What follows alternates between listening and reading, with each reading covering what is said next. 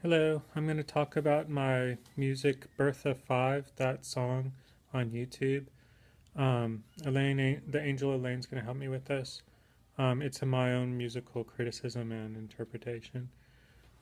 This song of mine, which is about 20 minutes long, like most of my music, it's a kind of also a coda or a kind of conclusion.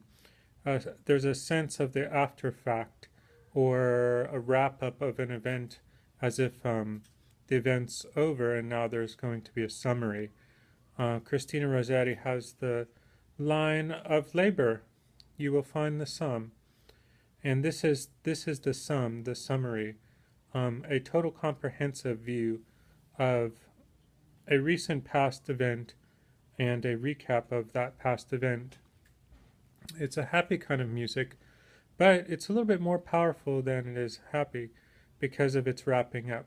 So, in this sense, it reminds me of in Milton's Paradise Lost, the Archangel Michael, who tells a narrative of the future to Adam before Adam has to leave Eden with Eve in book 11 and 12. So, this wrapping up of Michael's, the archangels, and is not so much a victory for Adam as it is for Michael, because the angel is one of the blessed angels, and so he has reason to be victorious. Also, it's as if Michael is actually celebrating, the character Michael is celebrating with the author, the actual author, John Milton, of Paradise Lost, the creation and finishing of his great epic poem, Paradise Lost.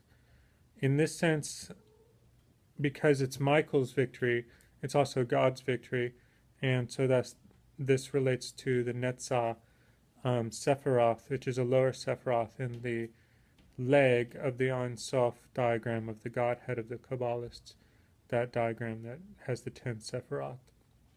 It means infinite, eternal, um, kind of like a never-endingness. Um, so this is kind of like a story of Milton's afterlife. Let me tell you that about that. Netzah is his wife, actually, except she's named Netzah. It's not the actual Netzah of the Kabbalist, but her name is Netzah. In Milton's afterlife, he goes to baby Hawaii, one of the 14 afterlives we all go to. Um, Different people go to, but we all go to heavens.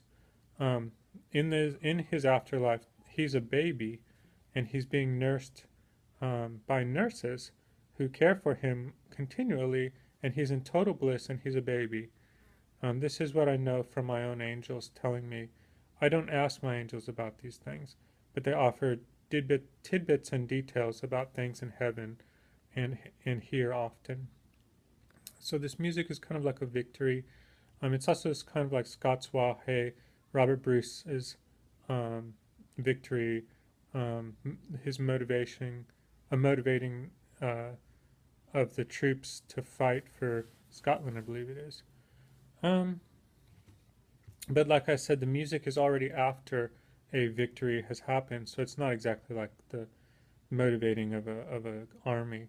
It's already after. It feels like it's already after a victory.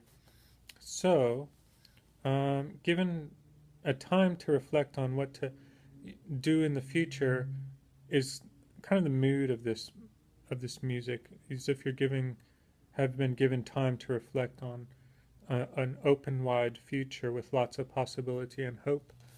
Um, this kind of future reminds me of the future from the Iliad of Homer, where there's Calchas, the Grecian priest and guide, whose comprehensive view the past, the present, and the future knew. This is so. In one sense, this is kind of like prophetic music. My own conclusion of this concluding music is that there's a sense that there that one option for us is to experiment in our community, but there is also work for us to do. Like the Rabbi Tarfon said, he said, "You are not free to complete the work, but neither are you free to desist from it.